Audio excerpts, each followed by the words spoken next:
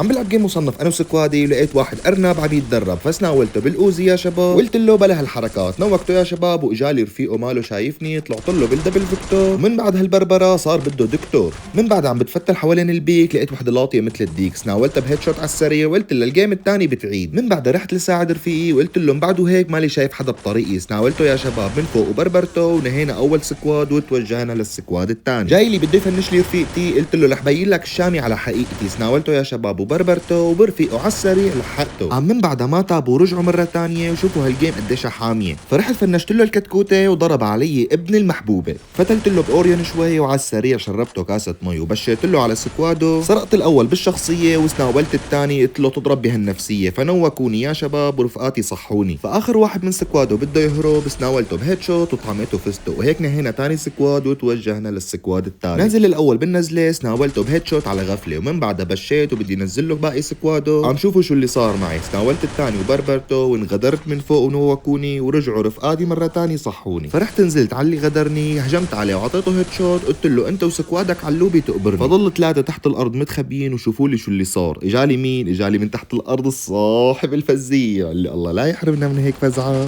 قتلوا اخي يا شباب ورحنا عملنا له شويه حركات طبعا رح برد لكم قلبكم شوي وصدقوني من هالرعبه اللي شافها تعبى بنطرونه مي من بعدها طلع لي رفيقه بده يفزع له رجع نزله اخي وشق له تمه زحفت عليه رجعت يا شباب وضل اخر واحد تحت الارض يا حبه فاخي صار يلعب على الزون وضربت الدرون وكسرت له اللي طلعت من تحت الارض واخذت الكيل بالدرون ونهينا هذا الجيم بفويا ولهون بنكون وصلنا لنهايه المقطع لا تقصروا معي باللايك والفولو بشوفكم في فيديو جديد سلام.